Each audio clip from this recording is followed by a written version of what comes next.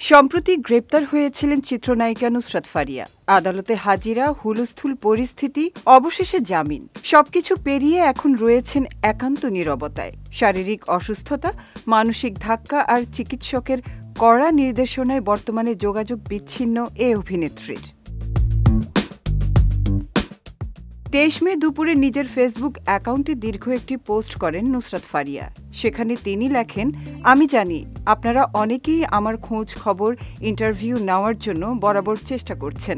আপনাদের ভালোবাসা ও উদ্বেগ আমাকে সত্যিই ছুঁয়ে যাচ্ছে।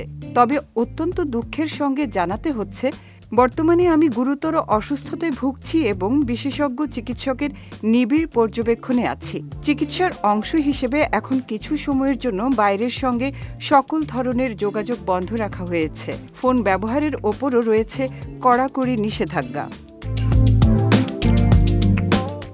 এ সময় গণমাধ্যমে কথা বলতে না পারা নিয়েও দুঃখ প্রকাশ করেন এই নায়িকা।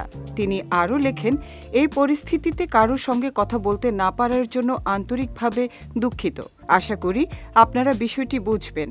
আমি বিশ্বাস করি এই কঠিন সময়টা দ্রুতই পেরিয়ে আবার সুস্থভাবে আপনাদের মাঝে ফিরে আসতে পারব। এরপর তার মানসিক ও শারীরিক অবস্থার কথা তুলে ধরে ফারিয়া লেখেন, গত কয়েকদিন ছিল আমার জীবনের সবচেয়ে দুঃসহ ও সংবেদনশীল সময়।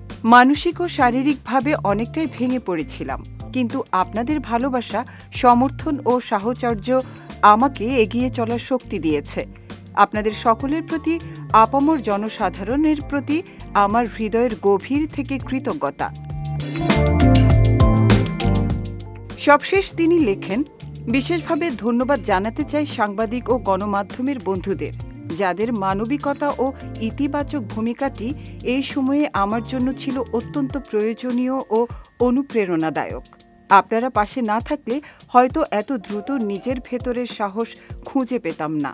আমি আজীবন মনে রাখব এই ভালোবাসা ও নিরন্তর সহমর্মিতার কথা। সবার প্রতি রইল আন্তরিক ভালোবাসা ও কৃতজ্ঞতা। শীঘ্রই আবার দেখা হবে। 18 মে থাইল্যান্ড যাওয়ার সময় নুসরাত ফারিয়াকে শাহজালাল আন্তর্জাতিক বিমানবন্দর থেকে আটক করা হয়। আইনশৃঙ্খলা রক্ষাকারী বাহিনীর এমন পদক্ষেপ অনেককে বিস্মিত করে।